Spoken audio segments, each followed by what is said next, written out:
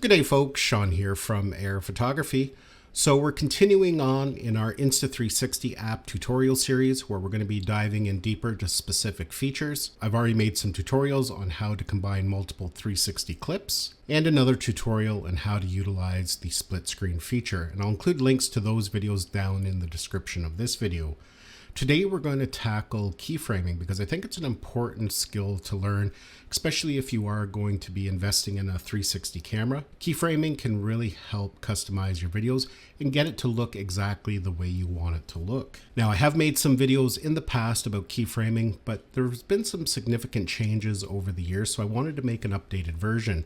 And on top of that, they have a tool called auto keyframing, and that can be a really beneficial, easy to use tool as well. So we're going to take a look at both keyframing methods. Now I'm going to be demonstrating on an iPad, but this works pretty well exactly the same whether you're using something like a smartphone or a tablet. So we're going to go ahead here and launch the Insta360 app. Now I've already gone ahead and downloaded some footage right to my tablet so I don't have to connect my camera, but you can edit footage that you've downloaded to your tablet or smartphone, or you can edit directly off the camera. In order to use keyframing, you do not have to transfer the content over first, and that can be extremely beneficial if you have limited storage on your device. So it just depends on how you're going to do it. For myself, I'm going to go over to the album, because here it's going to list all the content I have currently stored within the Insta360 app. Of course, you could retrieve footage from the cloud if you have footage stored in the cloud, or you could go ahead and connect a camera. Now, I am going to select this clip here. And the first thing you might want to do is set your aspect ratio. Right now I have it in a 16:9, but we can tap up here and you can see we have the option to set various aspects. If you're creating for short form content, you might want to have it as a 9:16. But for the sake of this video, I am just going to leave it as a 16:9. Now, when it comes to keyframing, there are two different ways in which we can keyframe. We can manually set our own keyframes, or we can use, as mentioned, the tool, the auto keyframing tool. Now, I'm going to start with manual keyframes, and I'll kind of demonstrate just how easy it is. And keyframing can be really important because it really allows you to set the perspectives and views exactly the way you want it. Now, it's going to be kind of hard to see here, but on the side here, we have some different tools. One of them, there's a little icon of a diamond, that is our keyframing tool. And if we click this little down arrow here, it kind of gives you a more detailed description of what each one is. So all we want to do is tap on the keyframing tool, and that's going to bring us up to the keyframing interface. Now, the first thing you may want to do is set your perspective. That's going to give you kind of a ground base or a default base of view. You can see here it gives us two options. Right now, the first option is set to selfie. And over here it says AI frame. AI frame, basically the software is going to make different movements and reframe it a few different ways. And for a lot of people, that's all they need to do. They don't need to do any keyframing. You could just let AI pick some interesting spots and then go ahead and export it. Myself, I like to set my own perspectives. So I'm going to tap on selfie here, and you can see it gives us three different options. Right now it's set to selfie. That means we're always going to be in the center of the screen. We could have the forward facing view. That means it's always going to be facing away from us. Or we can do custom. In custom, we can kind of set our own perspective. But I just want to show you here. Let's select selfie. If we scrub through the video here, you can see it's kind of at a weird angle. I had the camera mounted out front, but down really low. Perhaps I want a wider field of view, or I want some movement where it goes from a tighter shot to a farther wide shot. That's where keyframes come in. So I'm going to go back to the very beginning of the video, and I'm going to set my first keyframe, basically the opening shot, what I want the video, how I want it framed. So I'm just going to manipulate the image with my fingers there. I'm going to pinch to zoom out a little bit. So that's about the perspective that I want to start at. So now that I have it exactly the way I want it, I want to tap this little yellow diamond here with the plus sign on it. You can see there, it's now added a keyframe. So the perspective is now going to be locked in that direction. Now for the most part, it's going to stay in that perspective throughout the video. But you'll notice here, I turn around, I get off the scooter, and I start heading back the other way.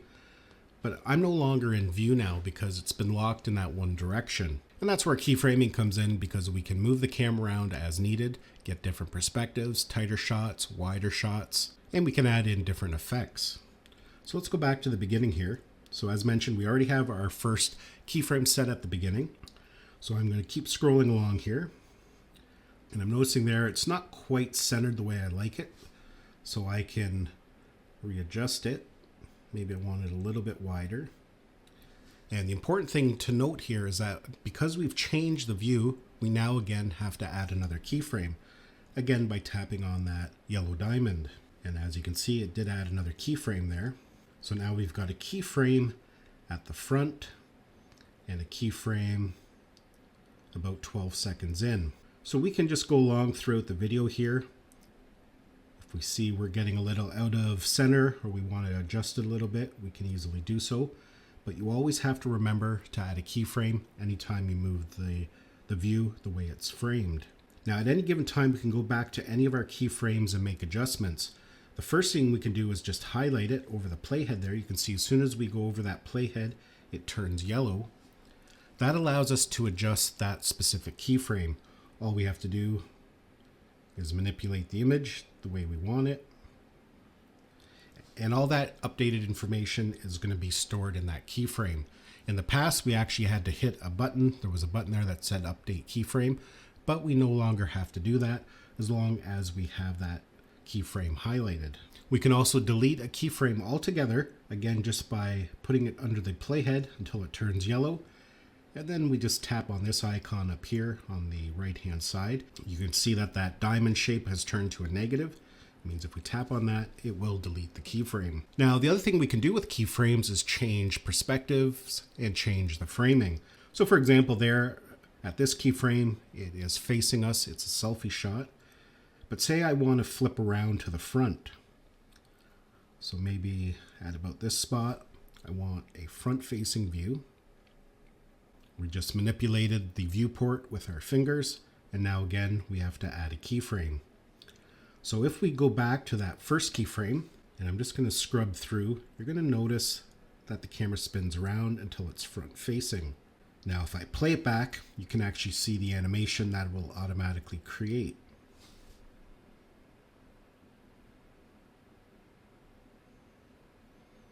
So as you can see there, it comes to that first keyframe and then starts to make the movement to that second keyframe there and then continues on. And depending on the spacing between the keyframes, that's how long the transition is going to take. So let's play that back again. You'll see that it's a fairly slow movement to get to the front.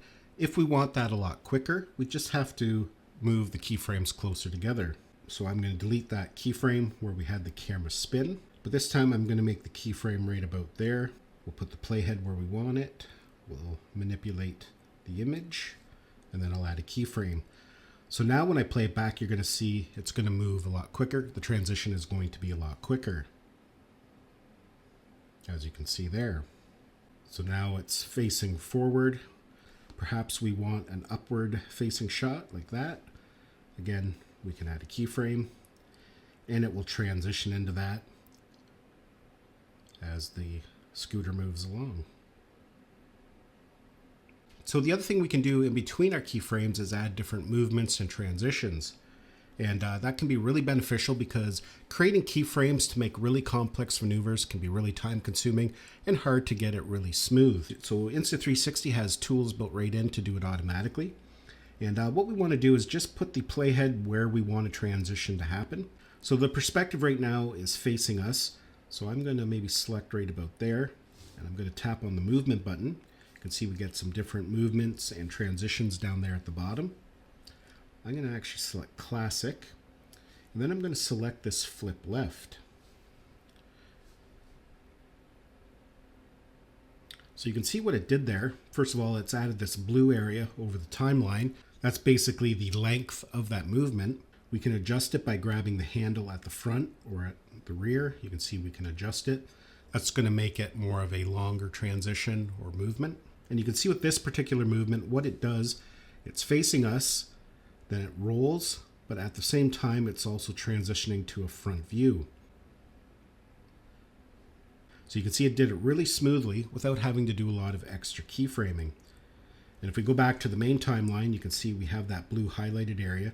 Again, we can adjust the handles at the front and the back to shorten it up, make it a little bit quicker, or we can lengthen it if we want it to be a little slower.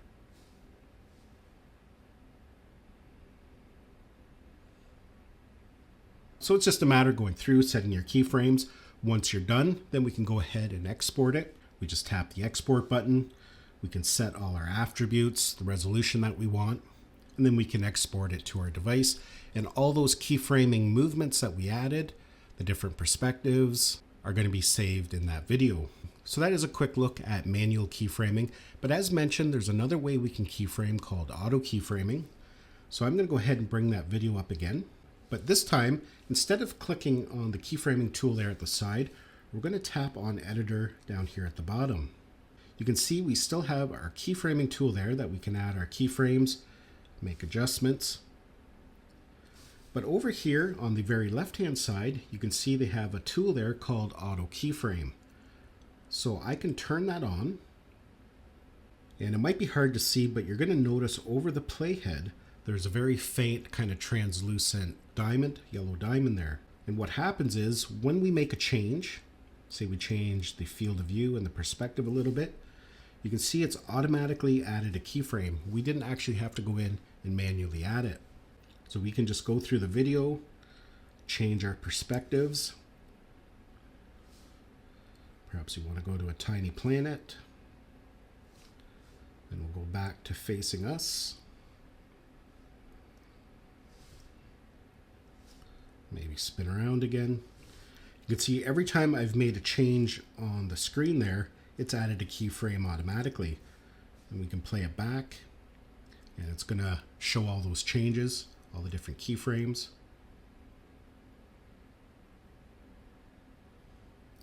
Now, when you have everything exactly the way you want it, you can see we don't have an export button there at the top. What we have to do is hit edit and export down here on the bottom. This brings up some other editing tools. We can make some other adjustments and changes. And then we have our export here at the top. We can set our parameters and then export it to our device. So both methods work extremely well. It's just going to depend on what tools you need while you're editing and what your preferred method is. Now, I do have a few other tutorials planned, different aspects of the Insta360 app, but if there's something specific that you would like to see, let me know down in the comments. Hopefully you enjoyed this video and found it had value. Thanks a lot for watching, and we'll see you in the next one.